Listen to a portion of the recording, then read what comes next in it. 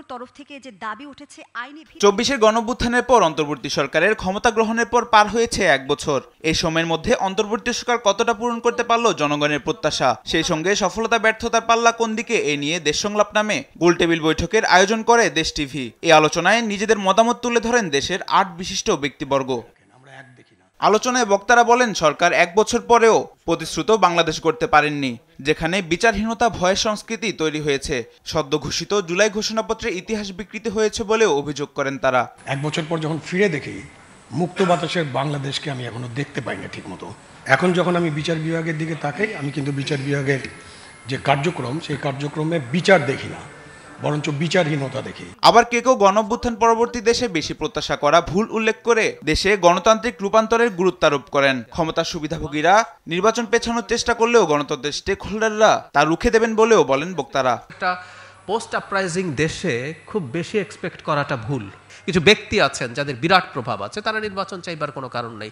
দেশ রসাতলে গেলে তাদের কি আসলো গেল, তার তো পাওয়ার তার ঠিক থাকছে। এ সময় কেউ সংস্কার ও বিচারের মতো গুরুত্বপূর্ণ বিষয়কে সামনে রেখে নির্বাচনকে অনিবার্য করে তোলার চেষ্টা অস্বাভাবিক বললেও অনিবার্যতা অস্বীকার করা আওয়ামী লীগের অনুকরণ বলেও মত দেন বক্তারা। সংস্কার এবং বিচারের অতি প্রয়োজনীয় দুটো বিষয় সামনে রেখেও নির্বাচনকে অনিবার্য করে তোলার যে অস্বাভাবিক চেষ্টা, সেটাও কিন্তু জনগণ প্রত্যক্ষ করছে। একটা বলার চেষ্টা করা হয়েছে যে নির্বাচন অনিবার্য না, বরং নির্বাচন দেরি করে সংস্কার এবং অন্যান্য যে কাজগুলি আছে সেগুলি শেষ করা হচ্ছে জরুরি। এটা অনেকটা বিগত আওয়ামী লীগ সরকারের মতো। তারা বলতেন যে নির্বাচন কেমন হয় সেটা কোনো বিষয় না, পিলার তৈরি করাই হচ্ছে আমাদের জীবনের ব্যর্থতা দূর করার সবচেয়ে বড় উপায়। আলোচনায় বর্তমান সরকারের গঠনের ধারণায় ঐক্য ছিল না উল্লেখ করে আলোচকরা দেশকে এগিয়ে নিতে বিশুদ্ধ রাজনীতি ও ঐকমত্যে জোর দেন। যে রাজনীতি হলো সমাজের কর্ণধার পরিচারক। রাজনীতি যতক্ষণ পর্যন্ত পিউরিফাইড না হচ্ছে, রাজনীতি যতক্ষণ পর্যন্ত পারফেক্ট হচ্ছে, সেই রাজনীতিকে ধারণ করবে, পরিচালনা করবে যে পার্টি, সেটা যতক্ষণ পর্যন্ত ততক্ষণই ডেফট, দক্ষ বা যোগ্য না হচ্ছে, ততক্ষণ পর্যন্ত এটা আপনি করতে পারবেন না।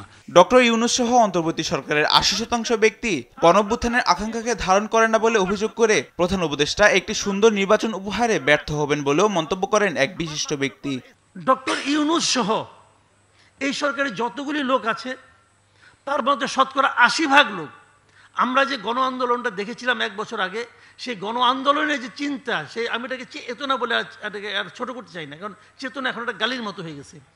এই গণ আন্দোলনের যে চিন্তা ছিল, আকাঙ্ক্ষা ছিল, সেই আকাঙ্ক্ষাকে বেসিক্যালি ধারণ করেন না। দেশের সামাজিক, সাংস্কৃতিক ও রাজনৈতিক পরিবর্তনের জন্য দ্রুত ঐক্য ও নির্বাচিত দায়বদ্ধ সরকারের কাছে ক্ষমতার হস্তান্তর জরুরি বলেও জানান বক্তারা। নির্বাচনের মাধ্যমে একটা গণতান্ত্রিক সরকার আপনারা প্রতিষ্ঠা করতে পারেন, নির্বাচনের মাধ্যমে একটা সরকার প্রতিষ্ঠা করতে পারেন যার জনগণের কাছে দায়বদ্ধতা থাকে। দায়বদ্ধতাহীন কোনো সরকার কোনো দিন কোনো সমাজে এই দুনিয়াতে মানুষের জীবনমান উন্নয়ন বলেন, সামাজিক উন্নয়ন বলেন, অর্থনৈতিক উন্নয়ন বলেন করছে, এরকম খুব বিরল ঘটনা। বর্তমান সরকার পপুলিজম কৌশলের চর্চায় ব্যস্ত জানিয়ে পরিবর্তন মানে ক্ষমতার পরিবর্তন, এমন চিন্তাই সংস্কারের বড় অন্তরায় বলে মত দেন তারা। পরিবর্তন হবে কি করে? কারণ আপনার পুরা পরিবর্তনের চক্র নির্ভর করে ক্ষমতার মাসনদেরকে পরিবর্তন করবেন আর কে বসবেন। এছাড়া অন্য কোনো পরিবর্তনের মধ্যে তো কেউ নাই। আজকে যারা ক্ষমতায় ছিল তার তো পপুলিজম প্র্যাকটিস করা দরকার ছিল না। আলোচনায় আওয়ামী লীগের নিষিদ্ধের ব্যাপারে ভিন্ন ভিন্ন মত দেওয়ার সময় বক্তারা উত্তপ্ত বাক্য বিনিময় করেন। আর আওয়ামী লীগ বিতাড়িত হয়েছে, দল বিতাড়িত হয়েছে, ভোটাররা বিতাড়িত হয়েছে, ভোটারদের পছন্দ অপছন্দ নাই। আওয়ামী লীগকে তো আমি ফ্যাসিস্ট বলি না, এটা একটা আটারলি মাফিয়া, একটা ডাকাতের দল। আপনি আমাকে বলেন, ব্যালট পেপারে কি নৌকা থাকবে? থাকবে না। আর আলাপ করে লাভ আছে? আওয়ামী লীগের যদি হ্যাডাম থাকে, তাদের যদি চোর ডাকাত বাটপার যেগুলো আছে তার বাইরে কেউ যদি নির্বাচনে দাঁড়ায়, স্বতন্ত্র করুক।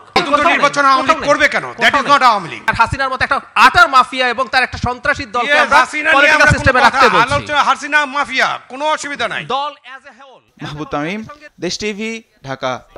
এরা সুবিধা করতে পারতেছিল না।